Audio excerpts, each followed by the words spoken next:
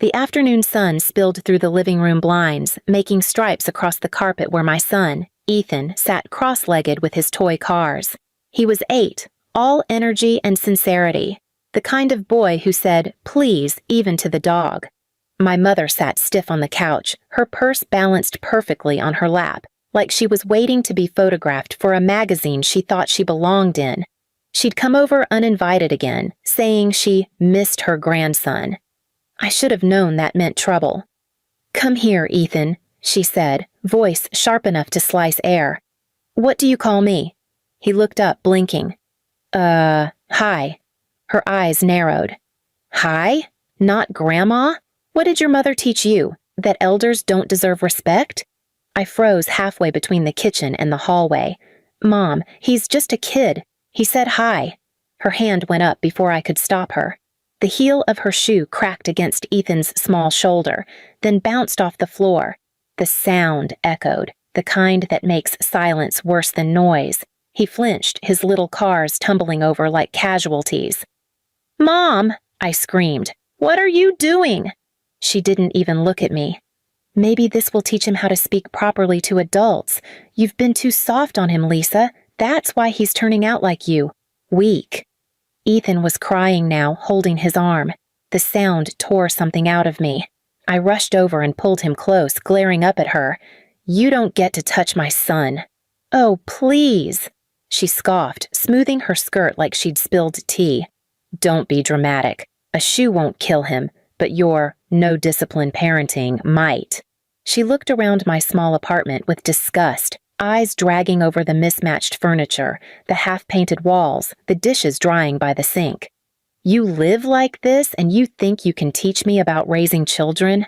You forget who fed you for 25 years. Fed me? I whispered. You starved me of everything that mattered. Her smile was cruel. And look how that toughened you up. Ethan pressed into my side, trembling. Mommy, can we go? I turned toward the door, but she snapped. You walk away from me again and don't bother coming back. Remember, Lisa, family is all you've got. I looked back at her, perfectly composed, hands folded, no trace of guilt. You keep saying that like it's a blessing, I said quietly. But every time I believe you, I lose a piece of myself. She laughed.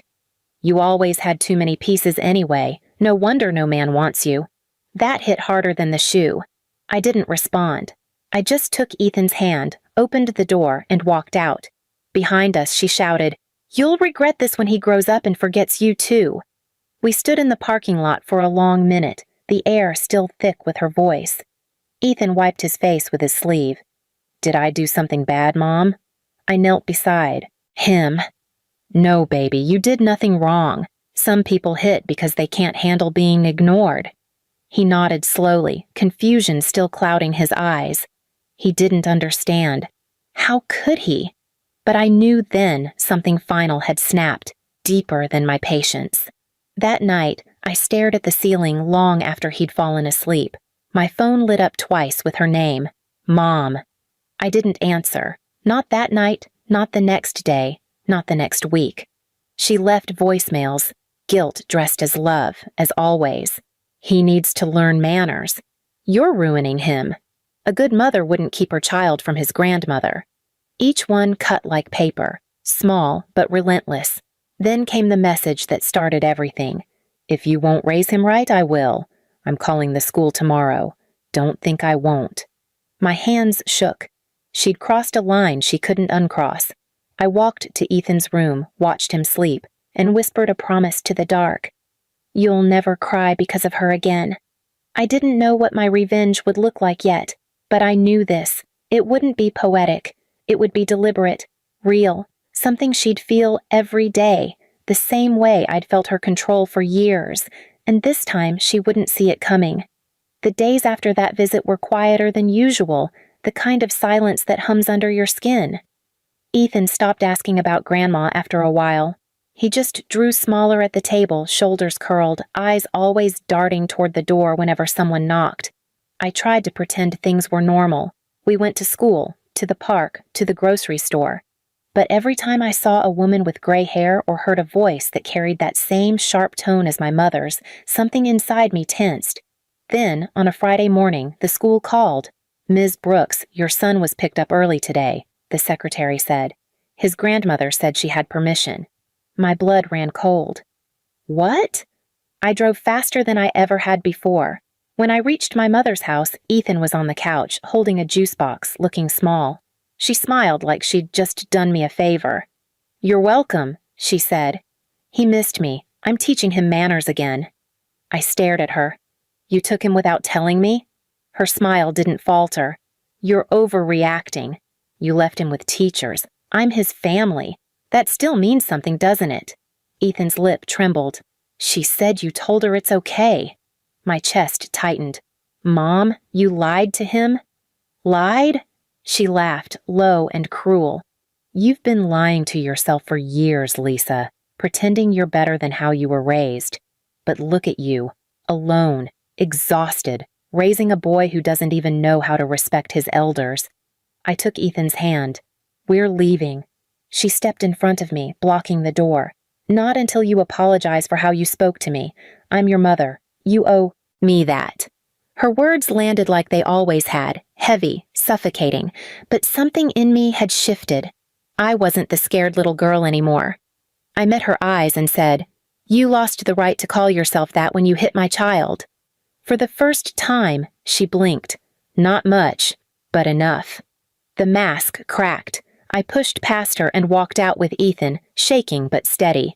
As we got into the car, she called after me, "You'll regret this. No one disrespects me and walks away." That night, after Ethan went to bed, I opened my old storage box, the one filled with things I'd tried to forget. School records, old hospital papers, the photo of me at 8 years old with a split lip my mother said I earned. For years, I'd hidden my truth to protect her image, but now she'd dragged my son into the same cycle. I couldn't let that stand. I scanned every document, every photo, every proof of what she'd done.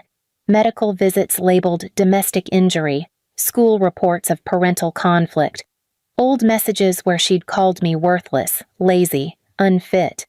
I'd buried it all, until now. The next morning, I went to the community center where she volunteered. She was at the reception desk, all smiles and fake grace, telling everyone how much she loved helping children. I waited until she looked at me, and her smile faltered. "Lisa," she said slowly, "what are you doing here?" I placed a manila envelope on the counter. "This is what you taught me," I said softly. "To fight back." Inside were the scanned records, the photos, everything. I didn't need to post them online. I didn't have to say a word.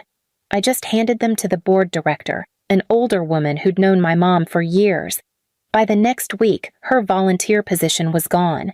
The board called it a necessary review. The neighbors stopped coming around. People started whispering. My mother showed up at my apartment days later, hair unkempt, fury barely contained. "You humiliated me," she hissed. "You turned my life into dirt." I stared at her, calm. "You taught me that's how respect works, remember?" Her voice broke. "You're nothing without me." I smiled faintly. "Maybe, but at least I'm not afraid anymore." She stormed out, slamming the door. For once, her words didn't echo inside me. They bounced off like stones hitting steel. That night, Ethan curled beside me on the couch, whispering, "Mom, she won't hit me again, right?" I wrapped an arm around him. "No, baby," I said quietly. "No one ever will." But deep down, I knew it wasn't over yet. My mother had always been a master of retaliation, and I could feel the storm building. And when it came, I'd be ready this time. 3 weeks later, the storm finally broke. It started with a call from my mother's neighbor. "Lisa," she said quietly, "your mom's been sitting on the porch for hours, just staring. She doesn't talk to anyone anymore." I didn't know how to feel. Pity fought with anger. All I could picture was Ethan's terrified face the day she raised that shoe. But the part of me that still craved closure, not forgiveness, just peace, wanted to see for myself. So, one gray Sunday, I drove back to the house I swore I'd never enter again. The yard was overgrown, The porch light flickered like it was too tired to shine. My mother sat on the steps, thinner, smaller somehow. For the first time, she looked human, not the monster who'd ruled my childhood. She looked up. "You finally came," she said hoarsely. "Everyone's gone. They think I'm crazy. You did this to me." I swallowed hard. "You did it to yourself."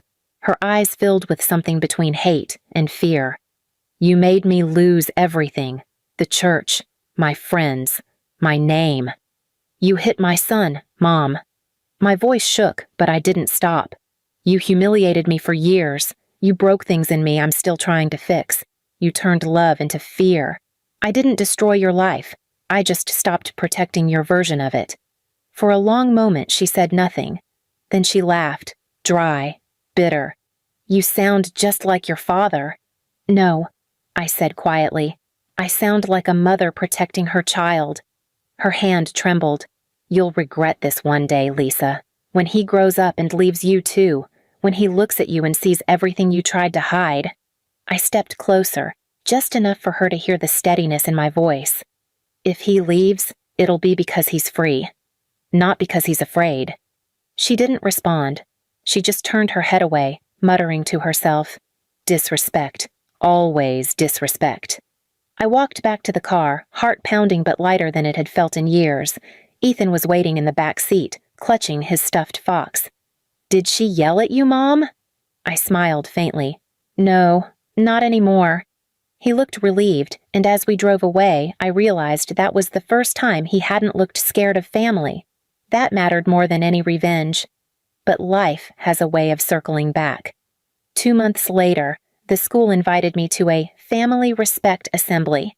Parents were encouraged to speak about values. I nearly skipped it, until I saw the flyer.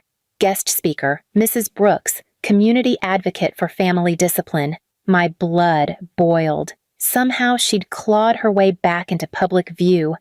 That night, I didn't sleep. I found the old envelope, the one with the documents, and added one more thing, a short letter written in my own words.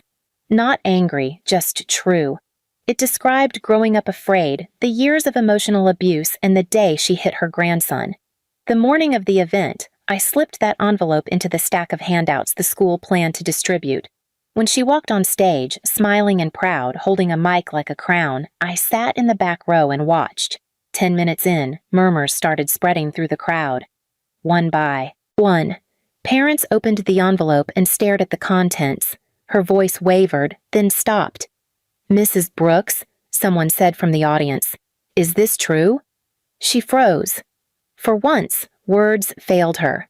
The silence that followed was heavy, the kind that ends reputations. I didn't stay to see the rest. I walked out into the sunlight where Ethan was waiting with his backpack. "Can we go to the park now?" he asked. "Yeah," I said softly. "We can go anywhere we want." As we walked away, the wind carried faint echoes from inside. My mother's trembling voice trying to explain what couldn't be explained. For years, she'd demanded respect through fear.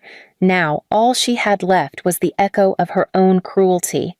And for the first time, I wasn't her daughter. I was just free.